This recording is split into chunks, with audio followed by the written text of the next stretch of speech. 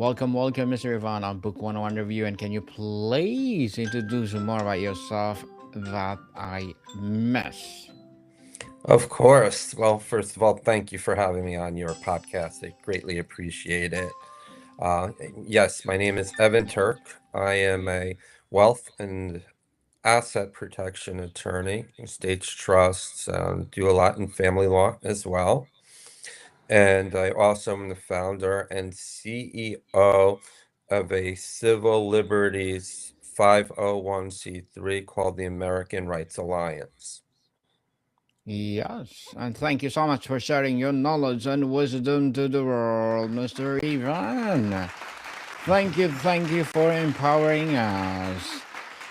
And today, let's talk about the top five mistakes wealthy people make in divorce and how to avoid them. Oh, I like our topic for today, Mr. Ivan. So, when you look at your list of the top five mistakes, is there a single overreaching blind spot or mindset Yeah. that connects them of all wealthy individuals? Yeah, absolutely.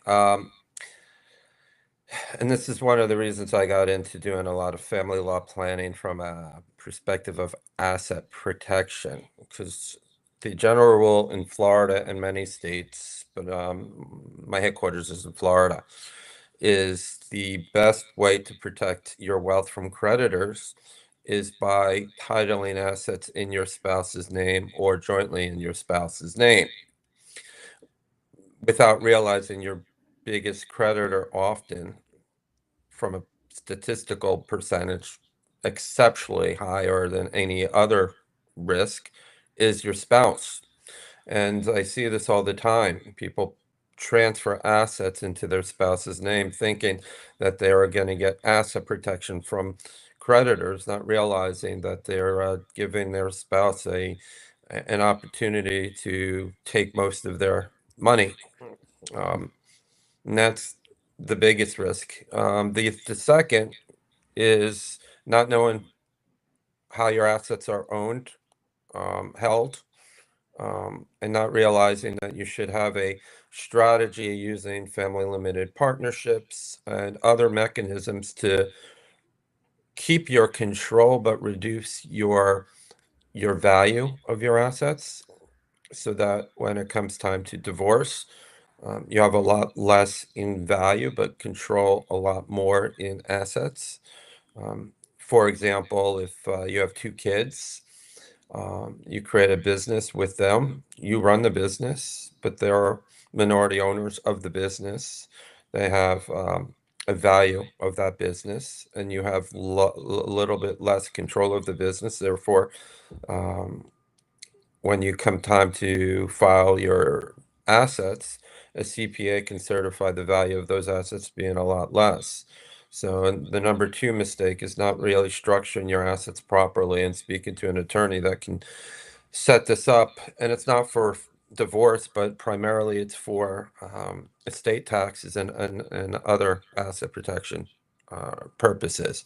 But it has an amazing unintended or intended consequence of lowering your net worth subject to a divorce. That's the number two. The number three is trying to not deal with the emotion and just giving in right away for what you think is peace of mind. Um, because then you often see regret after some time. People come back and say, why did I do that? I should not have done that. That was crazy. I didn't get peace of mind, and now I have a lot less in money. The fourth thing I see that's often done is people put a lot of their money in retirement accounts, and you lose flexibility in those accounts. And there's a thing called a quadro, qualified domestic relief order, so that you really can't do much, and your spouse is entitled to half of what those retirement accounts are. And the last is putting everything in the house. Often the house is going to be sold, or the divorced spouse is going to keep it. So those are the top five mistakes I see. And thank you for that empowering answer, Mr. Ivan. So, which of these five mistakes is the most counterintuitive? The one that it seems like the right or smart thing to do, but actually backfires everyone. Yeah, it's putting the spouse's name on assets for asset protection purposes. All of a sudden, um, you're not thinking that your spouse is going to divorce you or you're going to divorce your spouse, um, but it happens more often than any other type of creditor issue. How do these mistakes, Mr. Ivan, differ fundamentally from the common pitfalls in divorce with more modest asset? Is it a difference of scale, complexity, or type of asset? Yeah, I mean, typically with people with more modest means, what they end up doing, I mean, there's two types of clients that come to my office. The majority are business owners. So what I'm speaking of predominantly today is people who are entrepreneurs. They're not employees because it's a completely different structure. So let me clarify that. So people who are business owners, they just really don't have good books in order. They take expenses that are personal expenses and they put them in the business. So they interrupt and interfere with their business assets because they leave it exposed to argument that that really isn't a business expense. It's your alter ego. You're just combining it. So I mean, we see that as the biggest one on people with more modest means. It's just, they're struggling to get by every day, and there's like 30 things that they need to get done every day, and 30th is keeping their finances and their bookkeeping intact. Mr. Ivan, tell us, is there a particular mistake you see more often in self made wealth versus generational or inherited wealth? Yeah. Um, what I see in generational wealth is that although you have trust fund kids that are spoiled and they don't necessarily value the dollar the same, the structure is different, where it's since they inherited it, they're typically put into a trust account and there's usually some sort of fiduciary. Whereas when it's self-made, you don't have that control of the fiduciary. So the people tend to be better protectors of their wealth because they value it, but they make a lot more mistakes when it comes to multi-generational wealth and passing that legacy off to the next generation and the next one thereafter. Let's talk about the strategy and financial pitfalls, Mr. Ivan. Let's talk about the thing that financial decisions. What is the most dangerous or pre divorce financial move someone can make, thinking they're being clever, that the courts and forensic accountants always catch? Simple. You do things without a business purpose. You take assets out of the bank and you waste them. Um, if you have a paramour, I love that word paramour, but if you're having somebody who you're having an illicit relationship with and spending money on them, or putting money into things that a person who would not go through a divorce would never consider doing. I mean, it's just pretty obvious, especially you don't need a forensic accountant to identify most of this. It's pretty obvious, but sometimes it's a little bit more complicated, but people don't really have good books. Bookkeeping is the key. Yes, bookkeeping, organized bookkeeping for sure. Business ownership is a major flashpoint. What is smarter approach? Fighting to keep the entire illiquid business or finding a creative way to equitably divide its value without destroying it? It's a great question. The best is by using family limited partnerships. Um, you can provide access to income so that the, the foundation is still there, intact, and it grows. And the only issue there is that you would probably need a separate trustee because you don't want to deal with the divorced spouse, or because it's an income stream, you could value what that income stream is in a present value.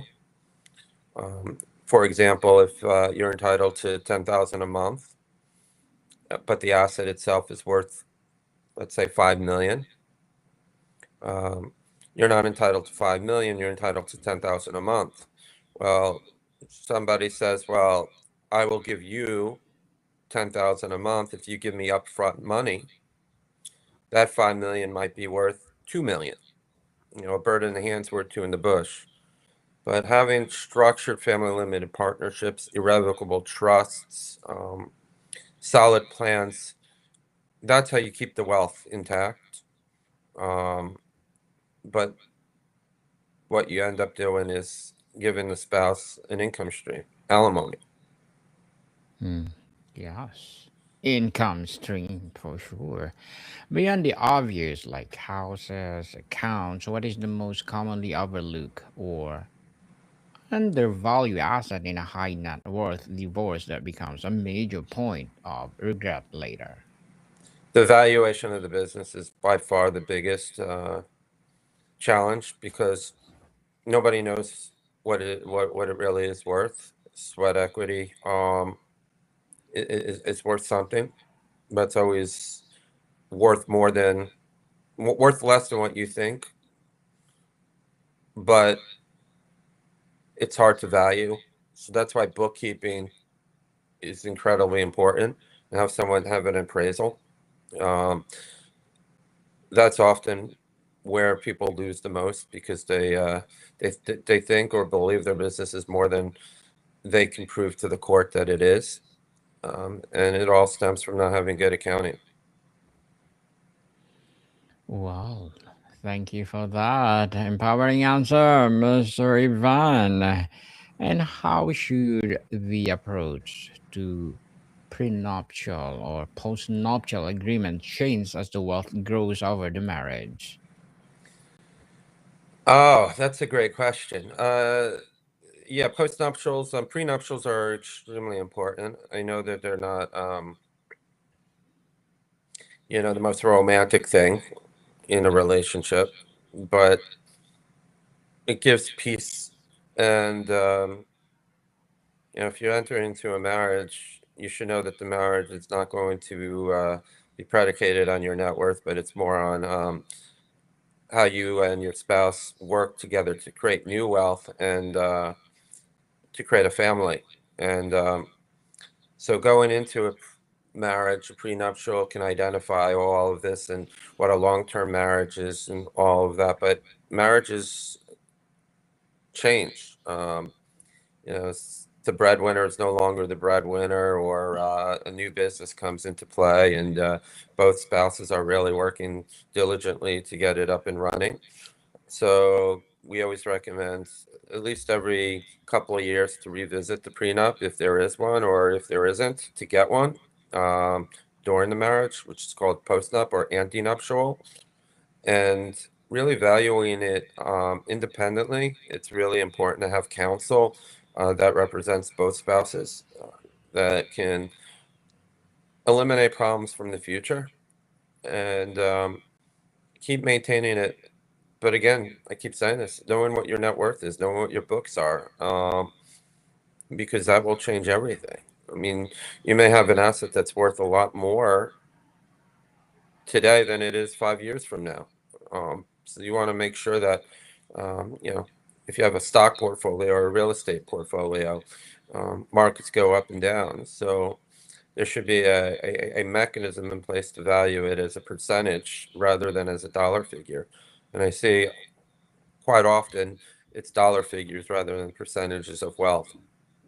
And that should need to be changed quite often. A dollar figure for sure. And Mr. Ivan, what are your short term and long term goals as a CEO? My short-term goals is really to just focus in on the day-to-day stuff that we're doing correct, and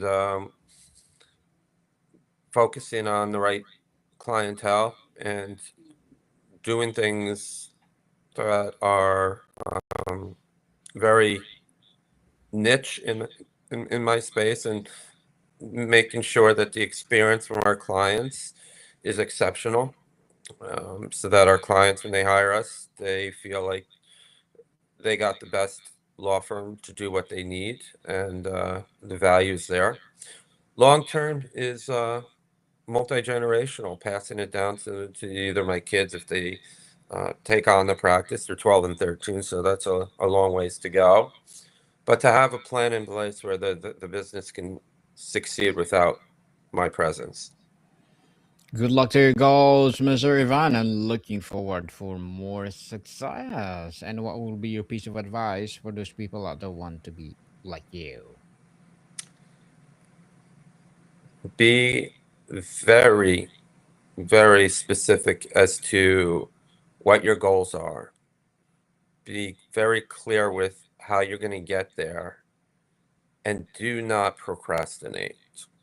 Every day is one day closer to your journey or on your journey, and just realize that the journey is daily.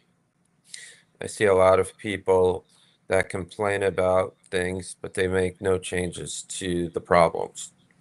Um, and there's no substitute for hard work. Substitute for hard work. Yes. And thank you for that advice. Empowering advice, Mr. Ivan. So, can you please recommend a book or books that influence your journey? Oh, there's a book that I just read by Michael Gerber. It's E-Myth, but there's one specific for my profession. It's E-Myth for lawyers, and it's a book that I've read E-Myth a few times now. It's one of those books where when you read it, um, you have to keep reminding yourself about it, because the concepts are so basic, but you forget to follow them every day. So that's one that I'm really getting into again. There's another book that I'm reading. It's right now, currently, it's a book that I found online. It's by a management company called Clio that handles my legal software, but it's just another book on practice management. The hardest thing in my practice is it's growing without having to have my hands touch everything. Delegating and trusting is the if you don't do it right, it's the downfall for every business owner, especially in law. Yes, and thank you for that recommended books, Mr. Ivan. Thank you, thank you, thank you. And tell us, looking at the scale or landscape of high net worth divorce today, what is emerging trend like digital asset, complex trust, or international holdings is creating a whole new category of potential mistakes. Yeah, it's expanded. I mean, a few years ago, people were using domestic asset protection trusts. I'm not a big proponent of it. Um, I'm more into creating multi layers of limited liability companies. And once your net worth gets to a certain level, I would say around 20 million or more, that's when you look at and consider international strategies. One of my favorite is life insurance, but it's not your traditional life insurance. It's like bespoke life insurance, where you eliminate 90% of the expenses of a typical life insurance policy. So what you get is access to um, assets in various countries, in various different denominations, so that you're not dealing with currency risk as much. You could open it up in Switzerland as an example and choose three currencies. But what you have is tax deferral, and you have tremendous asset protection, and you have offshore components as well as access to it onshore. Mr. Ivan, before we wrap our discussion for today, I'm inviting you to please do listen to my other podcast, people, because my abstract essay is already in fifth season. Abstract poetry in second season, and my Bible verses 101 in fifth season, in the first season as well. A book 101 review in fifth season, a comedy 101 in the third season, and my food 101 in sixth season this December. Geography 101, Love Letters, Movie 101, Music 101, our fourth season, Science 101, Sex 101, second season of my baby podcast, Law 101, Mental Health 101, and Entrepreneur 101 coming this December. Please listen to them wherever you listen your podcast. So ultimately, is the goal here is to simply keep more money, or is it about achieving settlement that allows for genuine financial statement, Mr. Ivan? It's about financial freedom. Um, I have a lot of clients that I consult with that they've been going on about saving every dollar. Um, and the higher your net worth, the more typical this becomes is you're fighting tooth and nail for decades. I have a client of mine who's been going through a divorce for over 10 years. So you have to put a price on your sanity. And unfortunately, I see a lot of people who have so much wealth that they'll never get divorced, but they don't live with their spouse, but they have kids in common and houses in common, and but separate lives, separate relationships, and it's you have to put a value on your happiness. Money does a couple of things for you. First of all, it puts shelter, food, but once you get past all that and you have a lifestyle now, it's happiness, it's freedom. And people don't realize that when you're dealing with lawyers and divorces for years and years and years, you're not free. You're always dealing with the problem. You're always putting it, kicking the can down the road, but you're always dealing with it. Um, often you can make a lot more money by giving a little bit more upfront for that freedom, so that you can do what you need to do and just move on. And it's hard. I get it. Especially if one creates the wealth and the other one thinks that they're just as valuable in that wealth because they contributed to it, whether it was taking care of the household or being there in key important ideas meetings or taking the risk along with the spouse who made the money, and you'll never see eye to eye Yes. on that. Yes, definitely. And Mr. Ivan Turk, thank you so much for sharing your knowledge and wisdom to the world. So, can you please invite our listeners to support your advocacy, your business, or whatever projects that you're Yeah, doing right now? so yeah, you could find me on turklawgroup.com. I run my law practice out of Florida, but we are on our strategies. We're pretty much capable of doing it in all 50 states, offshore and here in the country. My projects that we're doing is as an American, I really see this country that it has a tremendous amount of potential for what the theories and promises are, and I'm trying to do everything I can to protect it for my next, my kids, the next generation, and their next generation thereafter. So I created a 501c3 called the American Rights Alliance, and we're seeing a lot of people who are in jail right now for being capitalists and for crimes that you wouldn't recognize as crimes, and takes away from people living the American dream. So we're working a lot on that. So that's my pet projects when I'm not running my law firm. Yes, people, let's support Mr. Ivan Turk because if you support him for sure, more and more empowering advocacy like this to come. So, Mr. Ivan, thank you so much for your time. Thank you. Thank you. I appreciate it. You're most welcome. More to come, people. See you soon.